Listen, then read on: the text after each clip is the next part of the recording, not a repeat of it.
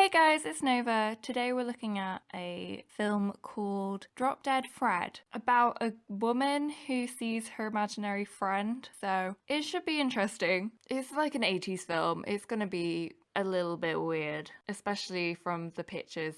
It does look like it's gonna be a little bit strange, but that's fine.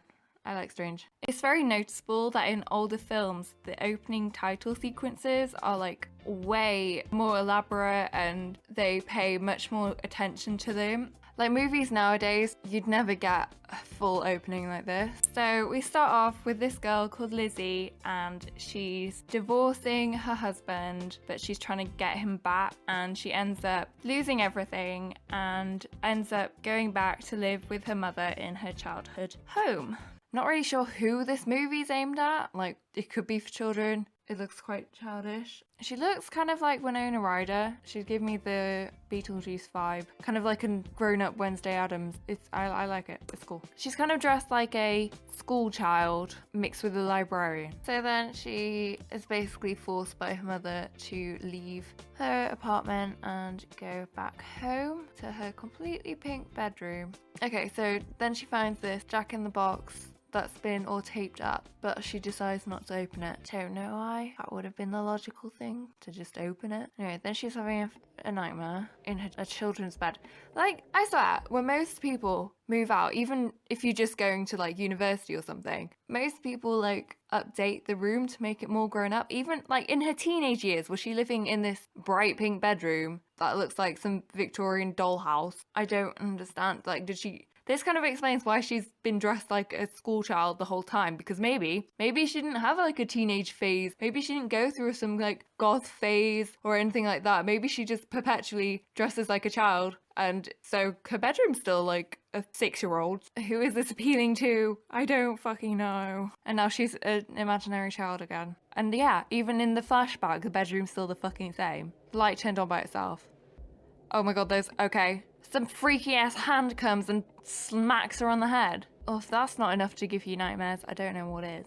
This should be a horror movie, not like fucking stage fright. Then the Jack-in-the-Box starts spinning. This is definitely a horror movie. It has to be. She's just looking at it. I would be screaming, running out the door at this point. Okay, she just approaches it. Why the fuck not? Approach the haunted, demon, cursed ass box. Oh yeah, I'll just go and walk over to it. That seems logical. That's fine. Just go and pick it up, even though it's been moving on its own like some fucking poltergeist. And then she decides to open it, which she should have done when she first took it out of the cupboard. And then this tiny little bouncy ball ass gnome fucking Riddler shit comes out with cat hair on it.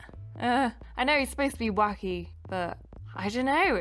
He's just ginger. Is that wacky? I mean, like, yeah, it's bright, but it's a natural hair color. Like, for an imaginary friend, you could have a fucking imaginary friend that looks like anything. You could have an animal as an imaginary friend. So just imagining some, like, ginger man. I don't get it. I really don't. Why is this girl got an imaginary friend that's like just a ginger 35-year-old man? Are adults supposed to be watching this film? Like, it's got a 12 rating, but it seems to like it would appeal to 6-year-olds. Is he like a 35-year-old ginger man with some issues? Because he seems to have the mental age of a 6-year-old. So he's slightly pissed off because now she's grown up and no longer a 6-year-old. Ew, no, I can't. No, bodily, ew. I can't be doing with bodily secretions. Fred just goes and smushes dog poo all over the mum's carpet. He just keeps jumping out at me. Her imaginary friend, she's like an American girl. Her imaginary friend is a 35-year-old English ginger man. I don't get it. Okay, so she wakes up in a 6-year-old bed in a Victorian nightgown. Oh my god, it even goes to her fucking feet. I mean, I know her mum's probably put her in it, but is it her mum's nightgown?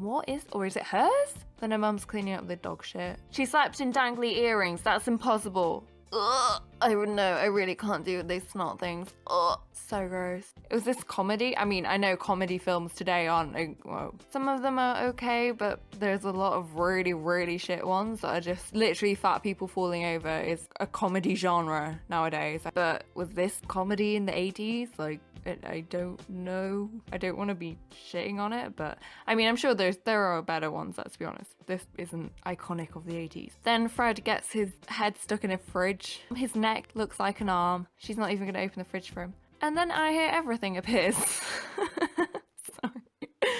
Okay. It's like Stewie is I hate everything. I don't know. Which is it? Okay, definitely not a children's movie. Anyway, then they work out that Fred needs to help her to get her husband back. So we flash back and she's 6. They're playing robbers. I thought maybe because she was an adult, maybe that's why he was an adult. But no, it literally is a 6-year-old whose imaginary friend is a 35-year-old ginger man. Why? How many 6-year-olds are friends with 35-year-old men? I don't get it. I mean, it's kind of suspicious, right? Like, your imaginary friend's supposed to be your ideal friend, so why is a 6-year-old's ideal friend 35-year-old ginger man from England? Then we have a montage of Lizzie and her mum. And she basically becomes a mini-me of her mum, which is every girl's favourite thing to do, is to dress and look exactly how their mum looks. And that's what we all aspire to do, is be exact replicas of our own mothers. There's nothing at all terrifying in that. She gets a letter saying that she needs to go and meet Richard because he wants her back.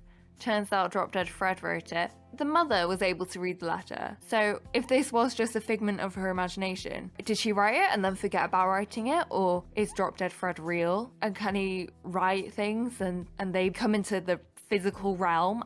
Maybe I'm underestimating this film. Maybe it's more complex than we originally thought. Maybe this isn't just some deranged woman who, after losing everything, regresses back to her childhood state, and imagine her 35-year-old English ginger man imaginary friend, and maybe this is really more of a Matrix style thing, and she can see this being which is able to manifest itself across many dimensions, and only one special person can see him. He's like some alien or some mystical ancient being. Okay, right, I'm going too far. This is a stupid film. I'm gonna stop now. Anyway, so then she realizes that it was Fred all along, or her schizophrenic self, I don't fucking know. Okay, there's so many disgusting moments in this film, I'm gonna actually vomit in a minute. So she goes to her best friend's, her, actual physical best friend's house, who's hooking up with this old man. So she confides in her best friend that she's going slightly mad and can see this strange man. Then Lizzie brings her friend into her psychotic delusion, and her friend believes her that Fred is real and is sitting on his chair, and then wheels the chair out. But if your friend came and told you that they had an imaginary friend, and then everything bad that was happening, they blamed it on the friend, you would help that friend, but you wouldn't necessarily give in to what they were saying. Like, you wouldn't believe them. And then she goes so far as to try and beat up Invisible Fred. What is this? It makes no sense. Is this supposed to be really funny? I just don't find it funny. Then Fred fucks up her date with Mr. Earring. So she ends up spilling water on herself because of Fred. But then her date is like into everything she's doing. He loves it. He loves every weird shit thing that she's doing. Like, okay, it's cool that your date's not boring, but what she's doing isn't exactly spontaneous and fun. She's literally just destroying this restaurant. So then finally, someone takes her to see a fucking psychiatrist. And it's a psychiatrist for children with imaginary friends. Then we get to see everyone else's weird imaginary friends. And they also seem to be adults as well. Adult men. Do these children have parental issues? Like, do they need some kind of father figure in their lives? Oh, wow, finally someone who's not a white 35-year-old man. It's a white 35-year-old woman. What is wrong with these children? Okay, so then there's this guy. It looks like his hair's painted on and his skin's painted on. I think he's supposed to be some kind of robot. Although this kind of goes with what I said before. Why is her imaginary friend some 35-year-old ginger English man when you can imagine them being anything? Like a robot with his ear stuck in the wrong part of his head. And the psychiatrist gives her mum these pills which are supposedly going to take away the hallucinations, but will eventually end up killing Fred if she takes them all. One of them looks like he's supposed to be a peacock volcano. And then Robot Man slits his throat. Again, I'm getting these horror movie vibes from this. 2086. Maybe these are people from the future coming back to the past using time travel, and they are able to be unseen by regular people, and they go and they cause havoc with 6-year-old children, because by the time that we hit 2086, we'll have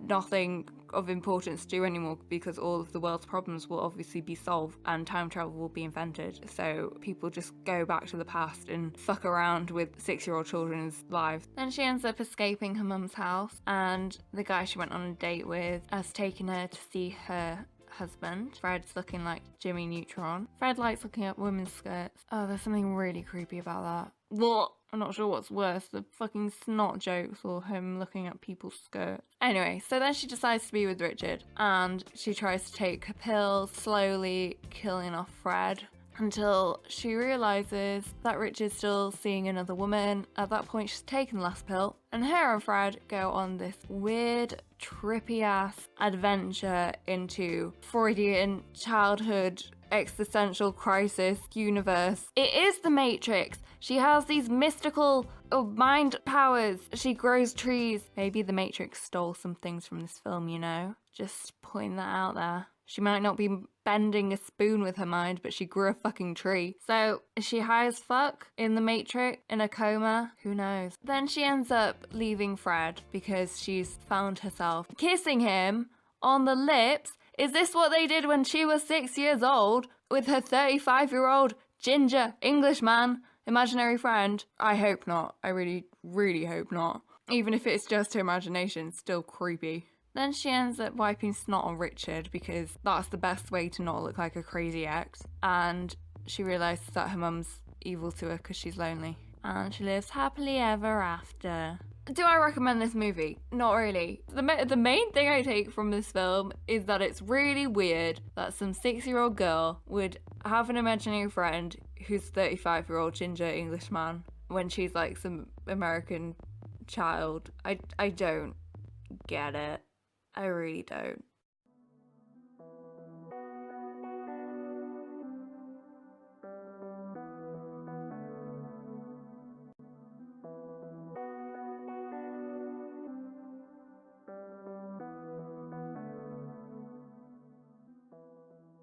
Peacock volcano.